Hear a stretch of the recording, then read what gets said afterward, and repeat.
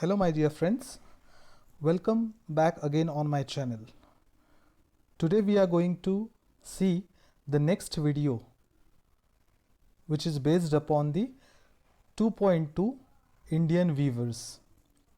It is the poem in the textbook of 12th standard. The title of the poem is Indian Weavers, written by Sarojini Naidu, who is also called as the Nightingale of India. Yes, but before moving ahead, you have to like my videos, subscribe my channel and press the bell icon button so that you will receive the notification of my upcoming videos. Thank you so much. Now, before going to learn the poem, we have to solve the icebreakers of the poem. Let's see what are the icebreakers. The first icebreaker is, I'll read it for you. Artisans are also called craftsmen. They are creators of diverse goods and use their hands to create unique, functional and also decorative items using traditional techniques. Now complete the web given below. Now what we have to do? You can see here the different types of artisans. Artisans means वेगवेगळे जे व्यवसाय करणारे असतात त्यांना आपण artisans म्हणू. आता इथे एक दिलेला आहे गोल्डस्मिथ म्हणजे सोनार. ओके, सो असे आपल्याला बाकीचे आर्टिजन्स इथे लिहायचे आहेत. मग त्यापैकी आणखी कोणते आपण लिहू शकतो? एक गोल्डस्मिथ दिलेला आहे. दुसरा आपण म्हणू इथे शू मेकर, राईट, जो आपल्यासाठी चपला जोडे बनवण्याचे काम करतो. त्यानंतर third one is furniture maker, जो आपल्या घरातलं साहित्य बनवायला आपल्याला मदत करतो, फर्निचर मेकर. त्यानंतर फोर्थ आपण म्हणू शकतो इन्स्ट्रुमेंट मेकर. म्युझिकची काही इन्स्ट्रुमेंट असतात त्या इन्स्ट्रुमेंट बनवणारे लोक, कारण त्यामुळे आपलं काय होतं, मनोरंजन होत असतं. इन्स्ट्रुमेंट मेकर, बरोबर. त्यानंतर बेकर आणि त्यानंतर टेलर, जे लोक आपले कपडे शिवतात, टेलर. आणि the very last profession that is वीवर, ज्यावर ही पोएम आधारित आहे तो प्रोफेशन म्हणजे वीवर. मग वीवर म्हणजे काय? की जे आपल्यासाठी कपडे विणण्याचं काम करतात त्यांना आपण म्हणतो वीवर. ओके, सो असे 6 प्रकार आपण बघितलेले आहेत व्यवसायांचे. Now will move to the next activity. Discuss with your partner the seasons or occasions when we need. म्हणजे खाली दिलेले जे ऑप्शन आहेत ते ऑप्शन आपण कोणत्या सीझनमध्ये किंवा कुठल्या ओकेजनसाठी वापरतो, बरोबर. सीझन म्हणजे जे ऋतू असतात आणि ओकेजन म्हणजे काही ठराविक वेळा, प्रसंग. ओके, मग आता वुलन क्लोथ्स, वुलन क्लोथ्स आपण कधी वापरतो? In winter. Woollen clothes we use in winter, बरोबर. फाईन. त्यानंतर सेकंड दिलेला आहे कॅज्युअल क्लोथ्स. कॅज्युअल क्लोथ्स आपण कधी वापरतो? कुठल्या ओकेजनसाठी आपण वापरतो? तर आपण म्हणू शकतो एव्हरीडे लाईफ. एव्हरीडे लाईफ, कारण कॅज्युअल क्लोथ्स हे आपण रोजच्या जीवनामध्ये वापरतो. कॉलेजला जात असताना, खेळायला जात असताना, मित्राकडे जात असताना, राईट. So everyday. त्यानंतर थर्ड आहे रिच सिल्क क्लोथ्स. हे आपण कधी वापरतो? सिल्क कपडे, सिल्कचे कपडे आपण वापरतो जेव्हा आपल्या घरी काही फंक्शन्स असतील किंवा सणसमारंभ असतील तेव्हा आपण ते वापरतो. म्हणजेच फेस्टिवल्स ऑर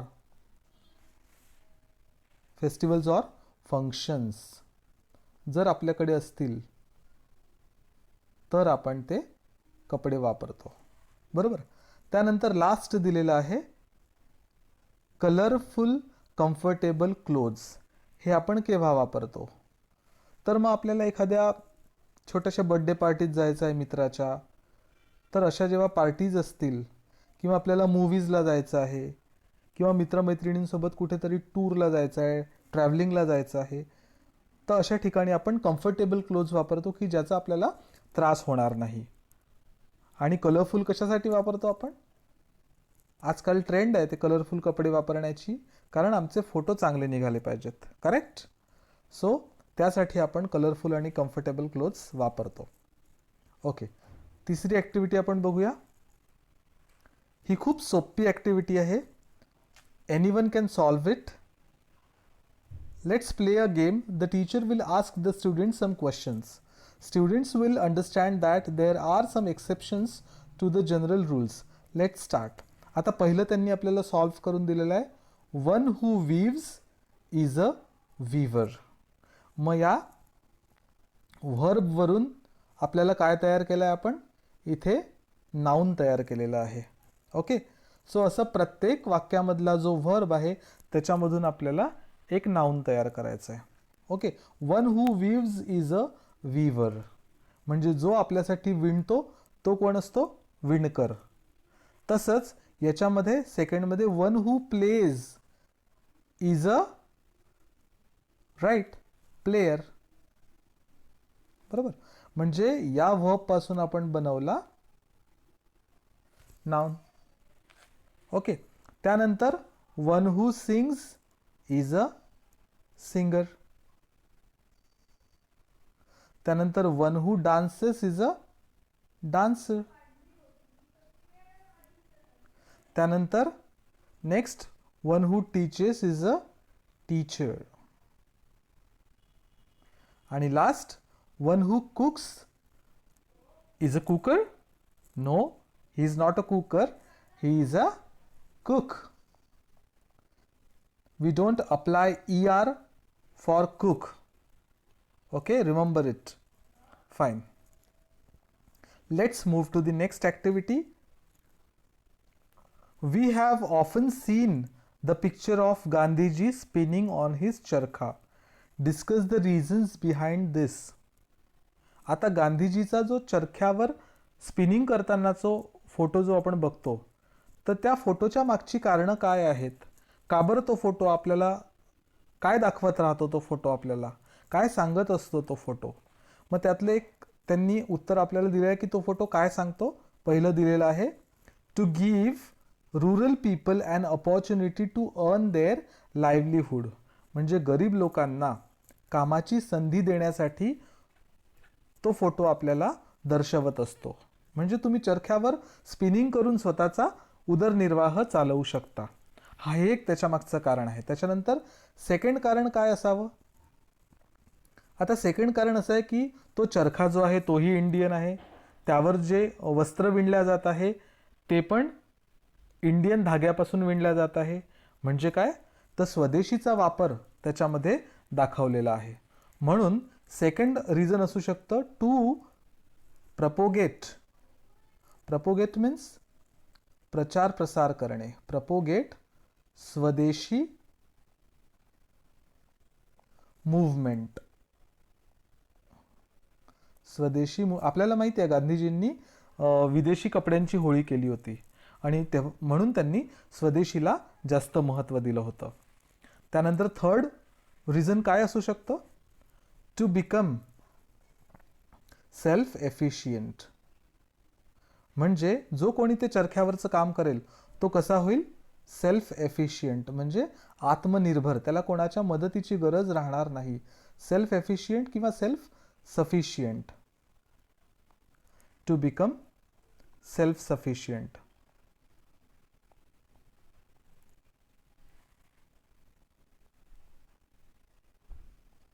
आणि लास्ट रिझन आहे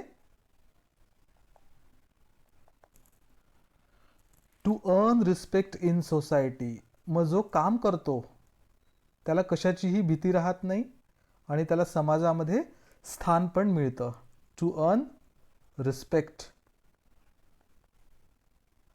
इन सोसायटी. मग गांधीजीच्या त्या एका चित्रामुळे आपल्याला किती सारे फायदे होतात हे आपल्याला दिसून येतं या ॲक्टिव्हिटीवरनं. Okay, fine. नेक्स्ट ॲक्टिव्हिटी आपण बघूया. Name some tools used by the viewers.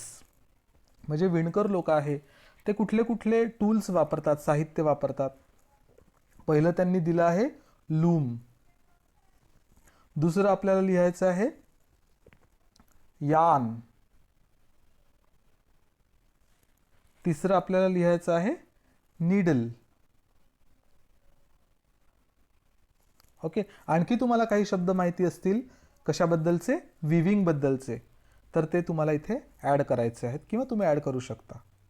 Fine. Next आपण बघूया. Name some types of yarns used by the weavers. आता यार्न्स म्हणजे काय, तर आपल्याला जे धाग्यांचे प्रकार आहेत ते धाग्यांचे प्रकार आपल्याला किती लोकांना माहिती आहेत, तर ते आपल्याला खाली लिहायचे आहेत उत्तरामध्ये. एक त्यांनी आपल्याला दिलं आहे लिनन. त्यानंतर सेकंड आपण घेऊया पॉलिस्टर. पॉलिस्टर पण हा धाग्याचा प्रकार आहे. आणि थर्ड नायलॉन, हा पण धाग्याचा प्रकार आहे. सो हे आणि यापेक्षाही जास्त जर तुम्हाला माहिती असेल तर लिहिले तरी हरकत नाही, यामध्ये तुमची प्रॅक्टिस होणारच आहे. ओके, सो ह्या सगळ्या आईस ब्रेकर ॲक्टिव्हिटीज तुम्हाला काय करायच्या आहेत, तुमच्या पुस्तकामध्ये सॉल्व करायच्या आहेत without fail. Okay, fine.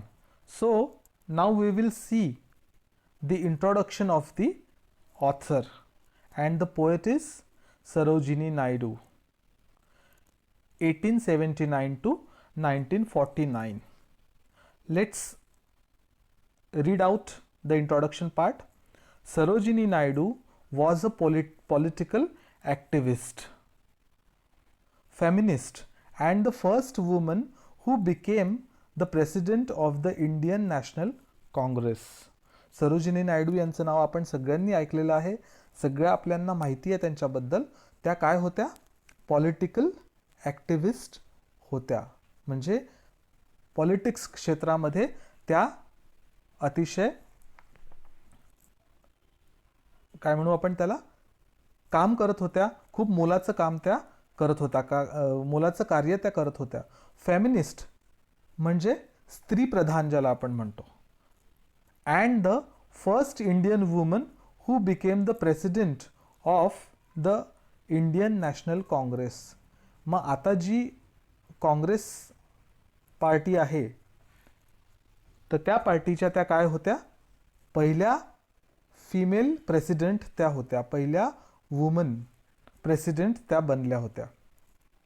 She was an important figure in India struggle for independence. भारताच्या कशामध्ये, इंडिपेंडन्सच्या काळामध्ये किंवा इंडिपेंडन्ससाठी त्यांनी खूप मोठं काम केलेलं आहे. फार मोलाची कामगिरी त्यांनी केलेली आहे. Sarojini Naidu's work as a poet earned her the sobriquet of nightingale of India. Earned her means मिळवून दिलं त्यांना. काय मिळवून दिलं, सॉब्रिके. सॉब्रिके मीन्स उपनाम किंवा उपाधी, उपाधी किंवा टायटल, इंग्लिशमध्ये आपण म्हणू त्यांना टायटल. कोणतं टायटल मिळालं त्यांना त्यांच्या कामामुळे, nightingale of India. Okay. Later she became the governor of the united provinces in 1947. त्यानंतर त्या काय बनल्या, गव्हर्नर. ओके, गव्हर्नर राज्यपाल. कुठल्या राज्यपाल बनल्या, युनायटेड प्रोव्हिन्सेस. आता युनायटेड प्रोव्हिन्सेस हा पार्ट 1947 मध्ये भारतामध्ये होता, जो आजचा आपण त्याला आजचा जो उत्तर प्रदेश आहे त्याला आपण युनायटेड प्रोव्हिन्सेस असं म्हणतो. म्हणजे जिथे राजांचं राज्य चालायचं त्या पार्टला युनायटेड प्रोव्हिन्सेस असं म्हटलं जात होतं. मग त्याच्या त्या गव्हर्नर बनल्या होत्या. Becoming the first woman to hold the office of the governor in independent India. म्हणजे त्या पहिल्या गव्हर्नर होत्या युनायटेड प्रोव्हिन्सेसच्या आफ्टर 1947. म्हणजे भारत स्वतंत्र झाल्यानंतरच्या त्या पहिल्या गव्हर्नर होत्या युनायटेड प्रोव्हिन्सेसच्या. ओके. आता सेकंड पॅरेग्राफमध्ये त्यांनी माहिती दिली आहे की पोएममध्ये काय आहे, पोएम कशावर आधारित आहे. Indian weavers is a short poem where the poet talks about 3 types of garment that weavers weave at 3 particular times of a day. आता या कवितेमध्ये काय सांगितलं आहे, 3 टाइप्स ऑफ गार्मेंट, गारमेंटचे प्रकार, 3 types of garment, garment means clothes, that the weavers weave at 3 particular times of a day. आणि तो जो विणकर आहे तो काय करतो, ते 3ही वेगवेगळे कपड्यांचे प्रकार दिवसाच्या वेगवेगळ्या वेळेला तो विणत असतो.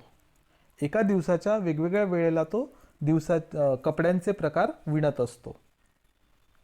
Each stanza of the poem represents the 3 important events of human life. आणि त्याच कडव्यांमध्ये काय सांगितलेलं आहे, important events of human life. आता इम्पॉर्टंट इव्हेंट्स कोणते आहेत ह्युमन लाईफचे ते पुढं दिलेलं आहे, दॅट इज बर्थ. म्हणजे फर्स्ट स्टॅन्झामध्ये बर्थबद्दल सांगितलेलं आहे किंवा चाइल्डहूडबद्दल, म्हणजे लहान मुलांचं जे जीवन असतं ते. त्यानंतर ॲडल्टहूड म्हणजे यंग मुलांबद्दलचं, यंग लोकांबद्दलचं, आणि डेथ. सो 3 कडवे आपल्याला या पोएममध्ये आहे. त्यामध्ये पहिल्या कडव्यामध्ये बर्थ, दुसऱ्या कडव्यामध्ये ॲडल्टहूड आणि तिसऱ्या कडव्यामध्ये डेथबद्दल आपल्याला माहिती दिलेली आहे. The colours mentioned in the stanzas are very significant as they indicate the moods related to the events. मग आता या पोएममध्ये जे कलर्स वापरले आहे, आता कलर्स का बरं, कारण ही पोएम कशावर लिहिली गेली आहे, तर वीवर्सवर, विणकाम करणाऱ्यावर. आणि म्हणून त्याच्या रंगांचे, त्याच्या धाग्यांचे जे रंग आहेत किंवा त्याच्या कपड्यांचे जे रंग आहेत त्या रंगांना आपल्या लाईफसोबत काय केलं आहे, रिलेट केलेलं आहे. आणि म्हणून ते खूप महत्त्वाचा रोल प्ले करतात, ते रंग आपल्या आयुष्यामध्ये. ओके. आणि त्या रंगांची किंवा त्या कपड्यांची, धाग्यांची, त्यांच्या रंगांची कंपॅरिझन आपल्या लाईफच्या मूडसोबत केलेली आहे. म्हणजे आपल्या 3ही सिच्युएशनमध्ये, बर्थमध्ये, ॲडल्टहूडमध्ये आणि डेथमध्ये आपली विचारसरणी कशी असते, आपले मूड्स कसे असतात, हे त्या धाग्यांच्या किंवा कपड्यांच्या रंगावर अवलंबून आहे किंवा तिने कंपेअर केलेलं आहे या 3 stages. Okay. So I think you have understood the basic idea or theme of the poem. Okay. So in the next video lecture we will start the poem. Till then, goodbye, have a nice day. Thank you so much.